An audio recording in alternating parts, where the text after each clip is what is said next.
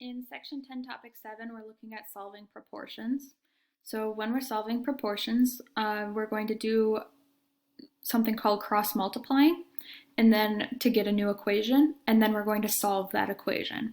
So what cross multiplying looks like is you take the numbers that are and values that are across from each other, diagonal from each other, and you multiply them together. So I'm looking at doing k times 4. So I'm going to write that down. So k times 4 ends up being 4k equals, now I'm going to cross multiply the 5 and 3, those diagonals. So what happens is this makes an x, cross multiplying. So 3 times 5 ends up being 15. So once I have that equation, I can solve because I'm trying to get k by itself. I'm trying to find that unknown value. So k would end up being, instead of 4 times k, I'm going to divide both sides by 4. When I divide both sides by 4, the 4's cancel out, and k equals 15 divided by 4. Now, when I divide 15 by 4, I get a decimal that doesn't round nicely. So if I'm looking to see, does this simplify at all? It does not. So then k is actually the fraction 15/4. And that's the final answer. In the second example, again, I'm cross multiplying, so it doesn't matter what side I start on. I'm going to multiply 3 times t, and 3 times t is just 3t.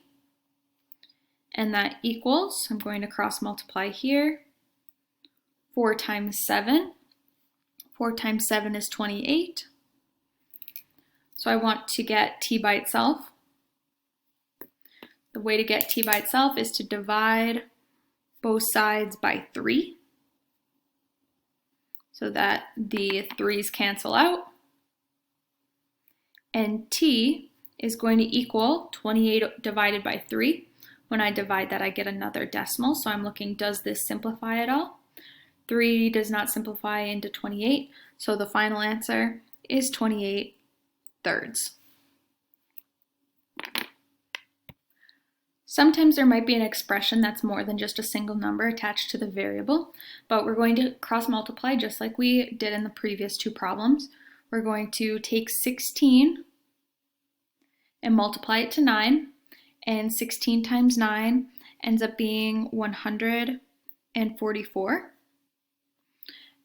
And then when I take 4 and I multiply it to this expression, we're going to kind of group this expression together in parentheses so that we're really not doing any multiplying. We're just taking 4 and we're multiplying it to the expression x minus 4. So again, we have 144 equals 4 times x minus 4. And I need to solve this equation to get x by itself. So like we did in the last section, I'm going to split this problem through the equal sign, and I'm working on getting x by itself. Well, x is attached to x minus 4 because of those parentheses. So the first thing that I need to move is this 4 on the outside of the problem. Instead of doing 4 times the expression x minus 4, we're going to divide both sides of the equation by 4. So when I divide both sides by 4, the 4's are going to cancel out on the right, and I would just bring down this x minus 4 equals 144 divided by 4, which is 36.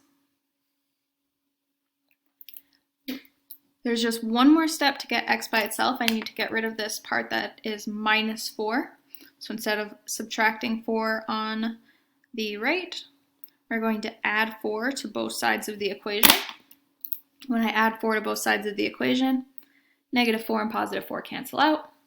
36 plus 4 is 40, and that equals x. And in the last example, we're going to follow the same steps. We're going to cross multiply. Again, we're not going to multiply the 2 to k minus 7.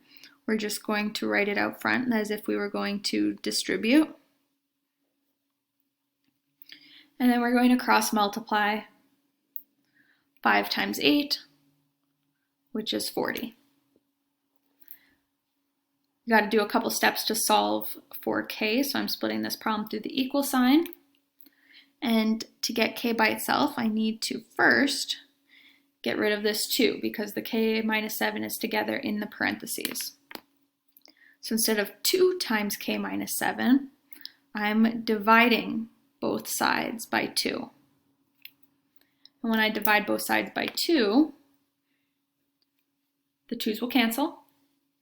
I'm going to bring down the k minus 7 equals 40 divided by 2 is 20. So there's one more step to get k by itself. I need to get rid of that minus 7. So the opposite of minus 7 is plus 7, and I have to do that on both sides of the equation. So the negative 7 and positive 7 cancel out, and k equals 20 plus 7, which is 27.